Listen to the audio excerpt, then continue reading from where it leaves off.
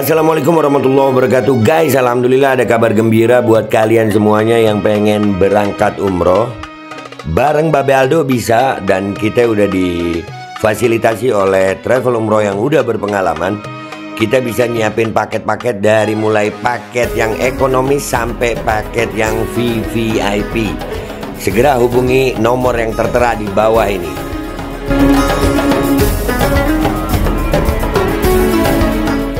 Assalamualaikum warahmatullahi wabarakatuh. Welcome back, selamat datang lagi di channel Babe Aldo bersama gue Babe Aldo, YouTuber rakyat biasa yang terusan tutup hal sehat. Dan jangan lupa ngopi. Bismillahirrahmanirrahim.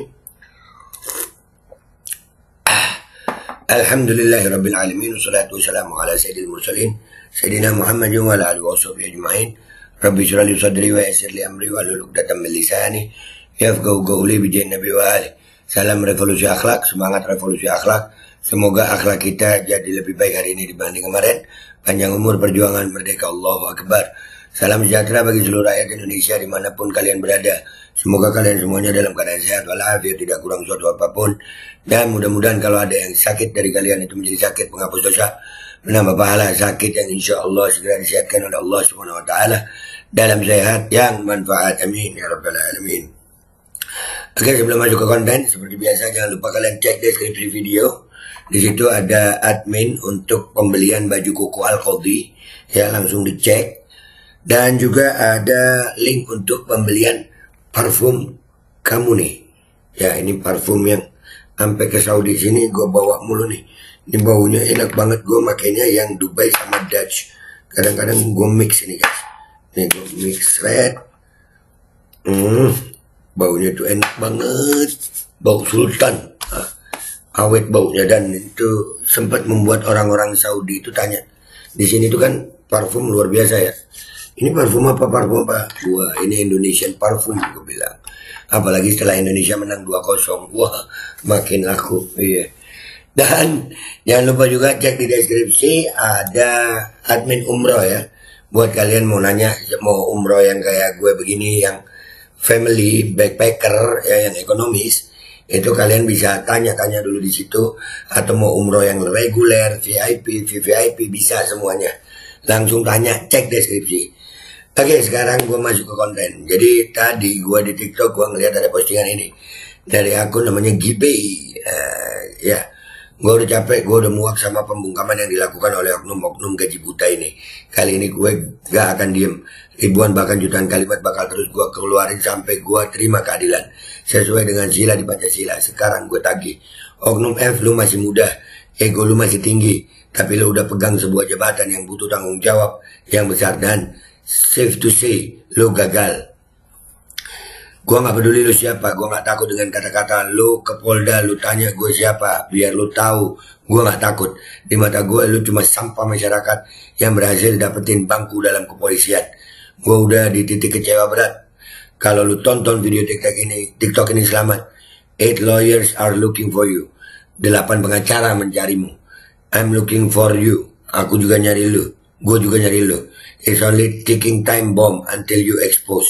Ini cuma bom waktu yang selalu berjalan sampai lu kebongkar. Gue bikin lu gak bisa kerja. Gue rasa lu dimutasi itu gak cukup. Lu harus copot seragam. Lu memberhentikan gue tanpa seragam. Gue yakin tanpa surat tugas dan tanpa gue melakukan tindakan kriminal apapun. Yang udah lo lakuin itu haram. Gue tunggu DM lo di TikTok atau Instagram gue kalau lo lihat ini. Atau akan makin panjang urusan ini. Gue gak ikhlas dan gue gak sudi dipermalukan di pinggir jalan begitu. Bahkan ketika gue mau jabat tangan, lo tolak mentah-mentah. Gue ajak untuk damai, lo bilang gak ada damai-damai. Belagu banget lo, ngerasa keren. Gak bos, kayak bocah layangan lo jatuhnya. Oknum F, anggota Satlantas Polda Metro Jaya. Gue tunggu, thank you. Nah, ini postingan dari GB ya. Ini gue merasa harus ikut bersuara karena ini rakyat ya. Jadi memang kadang-kadang no viral no justice guys ya. Gue juga sering berurusan sama oknum-oknum yang begini ya. Kalau nggak diviralin itu kita nggak dapat perhatian ya. Dan ini videonya guys ya, lumayan panjang tapi kita akan sama-sama reaksi. Oke, bismillahirrahmanirrahim. Kita dengerin si Gibey. Oke. Assalamualaikum warahmatullahi wabarakatuh. Waalaikumsalam warahmatullahi wabarakatuh. Selamat malam. Malam. Ini bakal jadi video yang agak panjang dan gue harap kalian berkenan untuk dengerin ya. Siap. Kepada Bapak dan Ibu Kepolisian Republik Indonesia, saya ingin mengutarakan kekecewaan saya kepada kepolisian. Yang pertama, setelah kecelakaan saya tanggal 21 Januari 2023, di mana saya kelindes mobil, tulang tangan saya sampai keluar, dan itu tabrak lari terjadi di depan Polda Metro Jaya di Sudirman ya. 2 bulan kemudian setelah saya recovery dan saya keluar dari rumah sakit, saya membuat laporan ke SPKT Polda Metro Jaya dan saya diarahkan ke Gakum Lantas Gatot Subroto. Akhirnya di hari yang sama saya ke Gakum Lantas Gatot Subroto dan membuat laporan dengan membawa barang bukti yaitu mud flap mobil HRV hitam tersebut yang copot ketika kontak terjadi. Dan responnya, wah, nggak bisa mas, karena kamera etle atau kamera jalanan itu datanya di reset setiap 6 jam. Bagian mana di sini yang masuk akal? Ya, jadi itu kejadian 21 Januari. Kita dengerin dulu deh ya. Sebuah kamera yang dipasang untuk keamanan, datanya di reset setiap 6 jam. Ini dikatakan oleh seorang anggota polisi pangkatnya strip 1 kepada saya pada hari itu. Akhirnya sampai hari ini, sampai detik ini, gak ada bentuk tanggung jawab sama sekali. Orang yang gak ketangkep yang nyetir mobil itu, saya bahkan masih ingat mukanya, saya masih ingat ciri-cirinya, tapi memang saya gak didengar. Sampai hari ini uang nominal lebih dari 100 juta udah hilang kayak gitu aja. Buset. Karena ya dia gak tanggung jawab. Iya. Itu satu. Kedua, ini baru terjadi kemarin jam 10 malam lewat 10 menit di SCBD. Nah, ini yang kemarin. Yang ini terjadi kemarin jam 10 lewat 10 malam. Kemarin hari Jumat 15 November jam 10 lewat 10 malam di SCBD. Saya lagi bawa motor di jalur tengah, mau ke kanan ke arah Electronic City, ini Ritz-Carlton, dan ini yang kiri ke arah Sudirman, dia bercabang. Ada mobil polisi dari arah Ritz-Carlton tersebut, ya, dia ngambil lurus dulu nih. Saya kira dia juga mau ikut lurus. Ternyata tiba-tiba dia banting setir ke kiri. Ini ada CCTV-nya. Alhasil posisi jalanan basah karena habis hujan. Saya lagi jalan 40 km per jam. Saya harus tiba-tiba rem mendadak dan ban belakang saya hampir slip, tapi untung gak jatuh. Alhasil saya klakson panjang, tit, dan saya giniin tangan. Gitulah. Ya kan? Ya gue hampir mati bos. Tiba-tiba polisi gak jadi ke arah Sudirman. Lampu strobo dan sirenenya semua langsung nyala dan saya dikejar kurang lebih 500 meteran. Setelah itu saya berhenti di depan pos, ada gedung kantor, ada pos satpamnya, itu untuk entrance ya, yang ke arah Electronic City. Sebelum lampu merah, saya berhenti. Polisi itu berhenti di belakang saya, and as an act of respect, karena it's a traffic stop, saya lepas helm, saya lepas AirPods, dan saya berdiri. Dan bapak polisi ini keluar dari mobil dan langsung ngebentak-bentak saya secara ya sangat tidak enak sekali ya, depan banyak orang dan muka saya kelihatan, orang ngantri. Mungkin ratusan orang lihat wajah saya ini dibentak-bentak seakan-akan saya yang salah. Dan saya tetap bilang, gimana pak, ada apa, salah saya di mana? Bapak motong dari kanan langsung ke kiri. Terus dia respon, lah saya kan pakai sen. Gang, lihat lo gue pakai sen. Terus gue bilang, ya saya tahu bapak pakai sen, tapi apakah aman pak kalau bapak pakai sen dari lajur kanan langsung motong ke kiri? Saya hampir ketabrak loh pak. Kalau misalnya saya beneran slip dan saya jatuh dan mobil bapak ketabrak, saya lagi yang salah. Ya, jadi di sini posisi saya serba salah pak. Masih kalem loh dia ngejawab polisi begitu. Padahal polisinya yang salah ya, kalau menurut cerita si Kibe ini. Tapi lanjut dulu, lanjut. Di situ satpam udah pada ngumpul. Ya di situ satpam udah pada ngumpul, udah ramai banget. Dan setelah itu gue lanjutin, gue bilang, Pak, coba tolong banget Pak, Bapak kasih saya pencerahan. Undang-undang mana yang menyatakan boleh motong dari kanan langsung ke kiri? Akhirnya dia angkat nada, dia nunjuk. Nih, lu searching ya pakai HP lo itu ya, lu searching. Lu lihat Undang-Undang nomor 22 tahun 2009. Gue mau ambil HP. Dia bilang, udah nanti aja. Itu gue yakin undang-undangnya nggak relate tuh. Nggak relate sama kejadian itu. Lanjut ceritanya nih. Lanjut.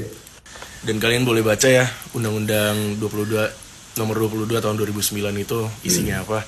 Dan gue rasa itu nggak relevan dengan situasi yang telah terjadi. Iya, nggak relate. Dia melanggar.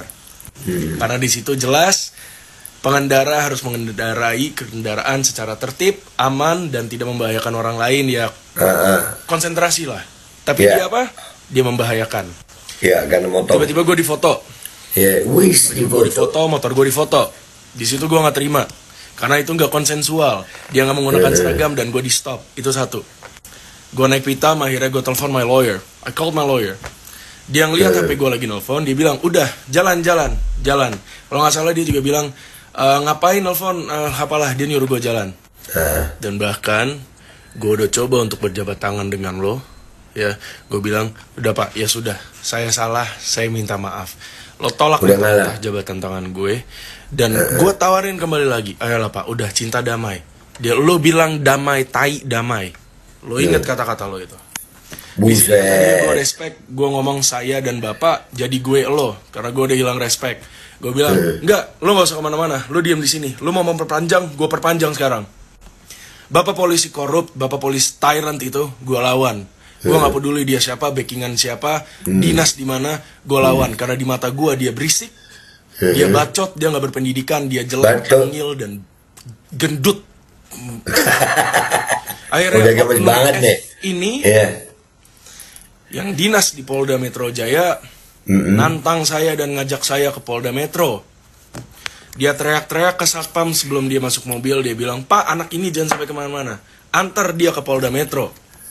Dia masuk mobil dan dia jalan. Dia nungguin gue di pertigaan di depan tuh.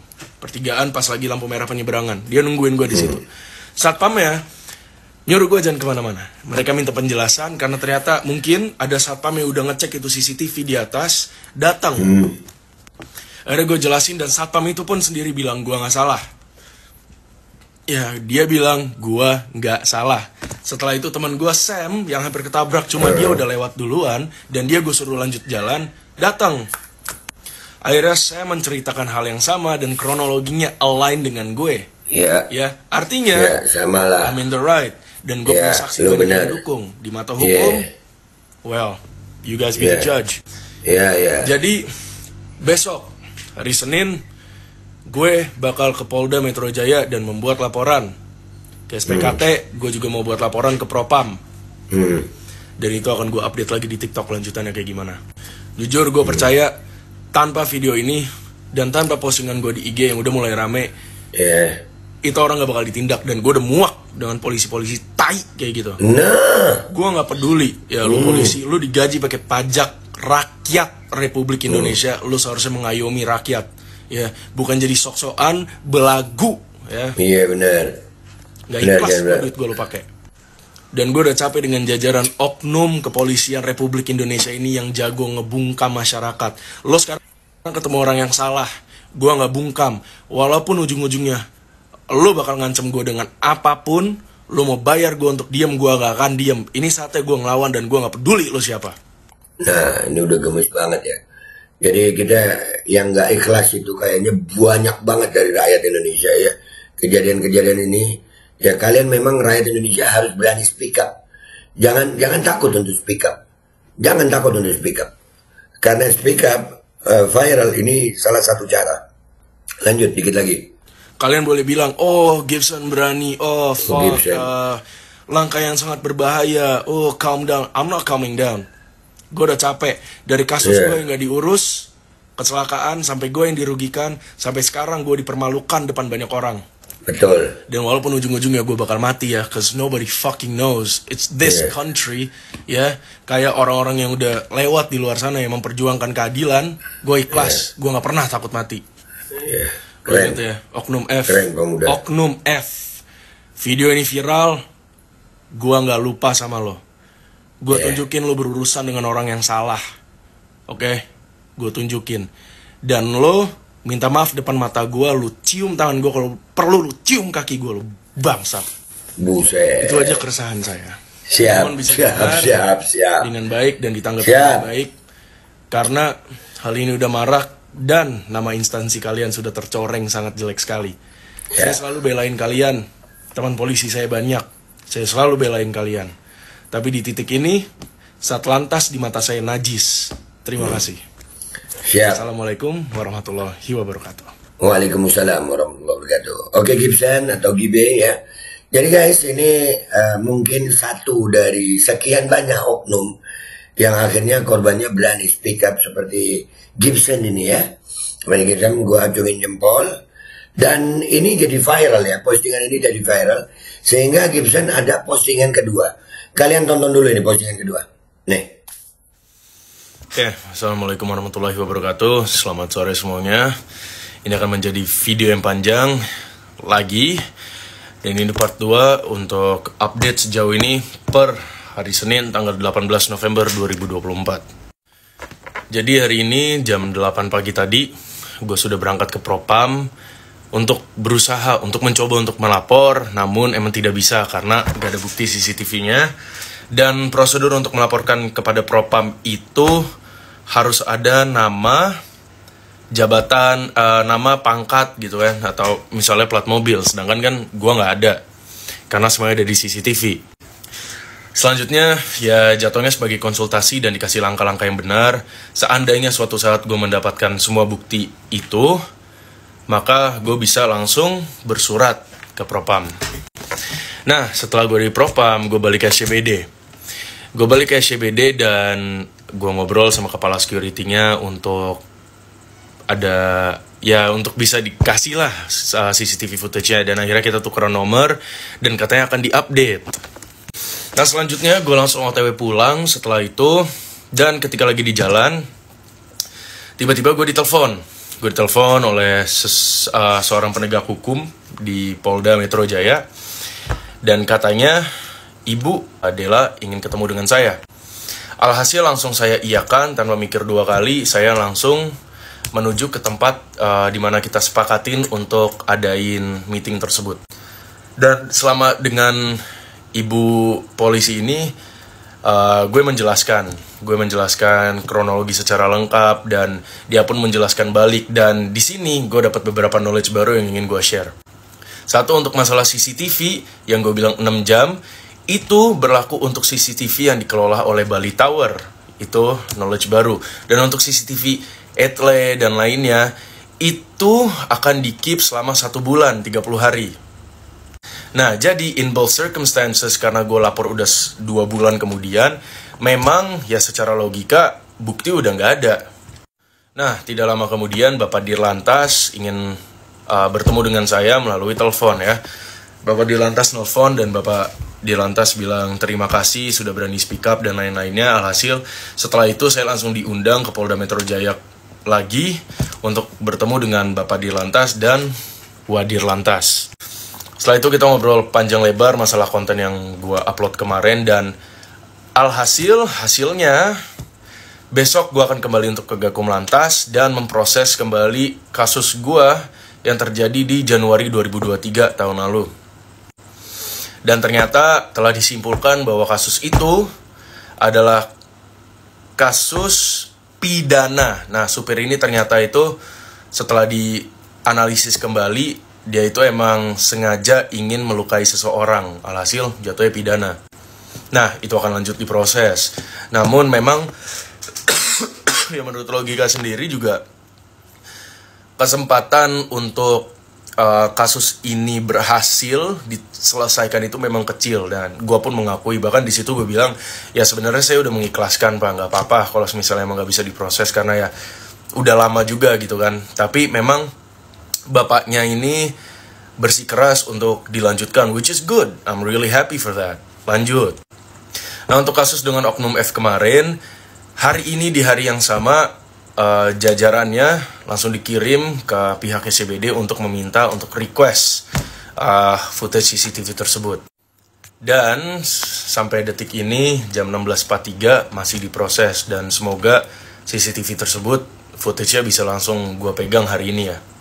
Nah kesimpulannya untuk semua ini adalah kayak yang gue bilang kemarin ya, bahkan di story IG gue bilang ini tuh hanya sebatas oknum, ya nggak semuanya orang itu jahat kok. Gue juga udah bilang, kalau misalnya kita kebanyakan negative thinking, maka nggak bakal ada positive outcome yang datang. Kalau kita terlalu pesimis dan lain-lain, ya nggak akan bisa diproses. Nah, emang langkah awalnya itu emang harus berani speak up, walaupun emang bakal ada rasa ketakutan yang datang atau ngerasa paranoid yang datang, tapi ya gas aja dulu. Selama lu ngerasa lu bener, ya udah gas. Orang akan ngeliat lu bener juga. Dan bro, semua kasus ini diproses, uang gue keluar cuma buat bensin. Gak ada uang keluar untuk laporan, gak ada uang keluar untuk ini itu. Dan seumur hidup gue selama gue buat laporan polisi, itu emang gak ada uang keluar. Makanya kemarin ada yang bilang, hati-hati bang, uang bakal keluar bla bla bla. Dan respon gue cuma we'll see. Dan ya semoga kasus ini ada titik terang, karena sejauh ini semua udah di jalan yang benar ya. Semua udah di jalan yang benar. Seketika CCTV footage itu udah datang, maka oknum tersebut akan langsung dicari.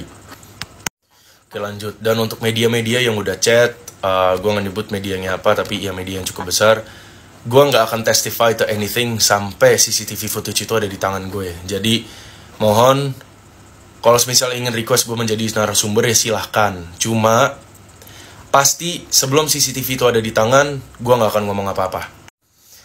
Dan pastinya untuk gue ngomong ini semua, ini atas kesadaran gue sendiri. Well, y'all know I don't freaking lie and all this. Gue udah cukup capek, sumpah cukup draining. Semalam gue gak bisa tidur.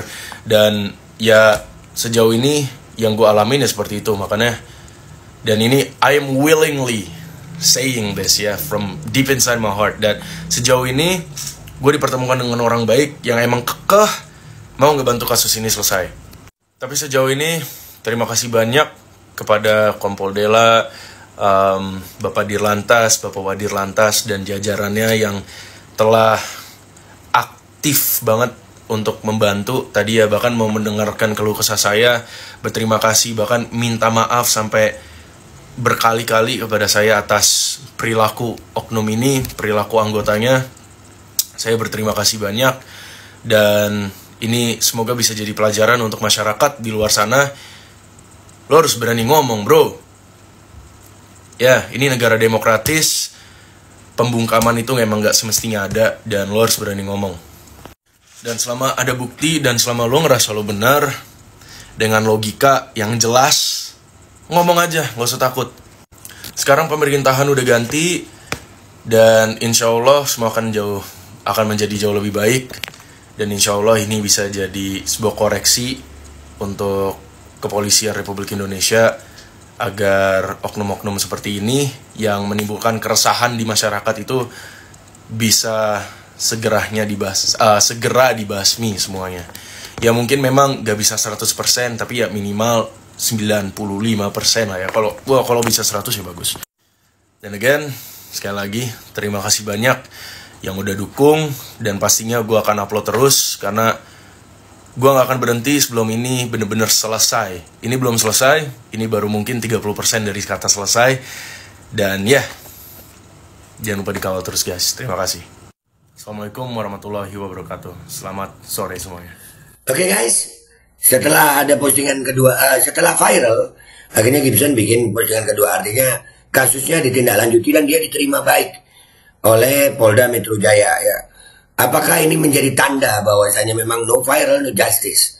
Jadi buat kalian yang merasa diperlakukan tidak adil oleh oknum-oknum petugas kepolisian, kalian jangan takut untuk speak up.